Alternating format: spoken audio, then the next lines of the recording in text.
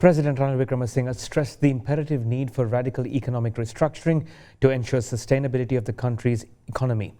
However, his most striking comment was when he warned that Sri Lanka's modus operandi of constantly borrowing money as opposed to enhancing its own industry, whether via commerce or exports, will keep Sri Lanka trapped in a beggar mentality that will direct the nature of the country's fortunes for the future. The President emphasized that continuous commitment to a new economic policy framework is essential to avoid a recurring economic loss.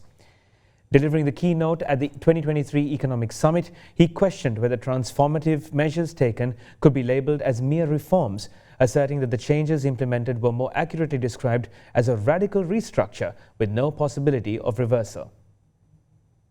The Economic Summit organized by the Ceylon Chamber of Commerce commenced yesterday in Colombo.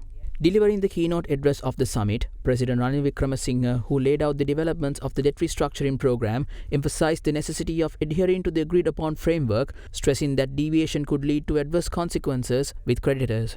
I don't know whether what we've done can be called reform.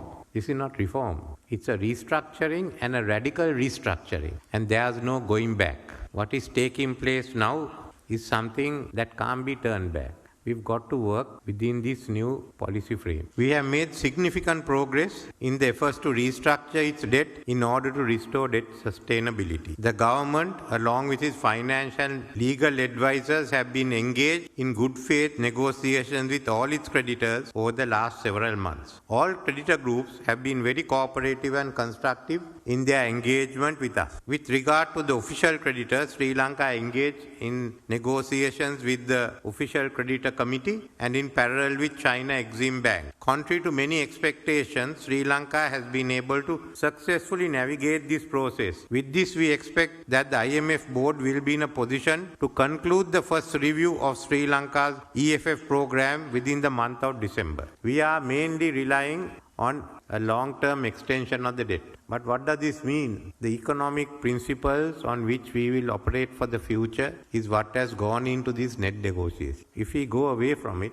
then the creditors are entitled to act. Then I thought to myself, look, if I don't do this, no one is going to do it. And next time, if I don't have this system, we don't have a long-term agreement, the next government, someone will want to turn it back and give the goodies. We can't be auctioning non-existing resources all the time. These are decisions I had to take in private. You want me to have a consensus. How can I have consensus with people who ran away and didn't take responsibility? For how long are we going to be a bigger nation? That's why we are the Sri Lankan.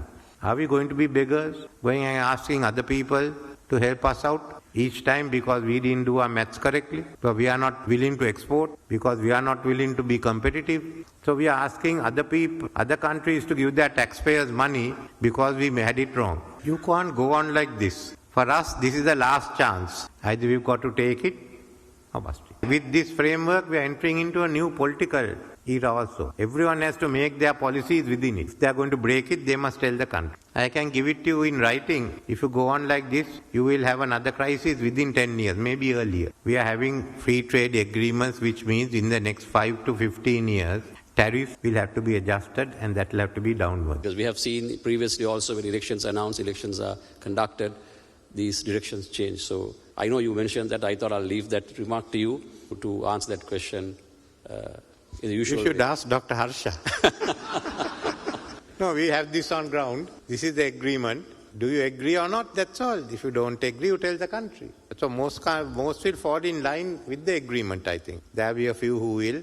The country will have to decide. My assessment, country is going along with the IMF. Whatever the difficulties are, people know we are getting out of it.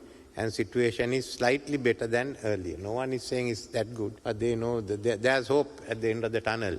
Maybe we'll get there in electric car and not a fuel-driven one. But I think they're very good at the next elections for them to come and say we'll bring all this down. Good. But remember one thing, though former President Gotabaya is getting blamed for reducing taxes, all you guys agreed to it.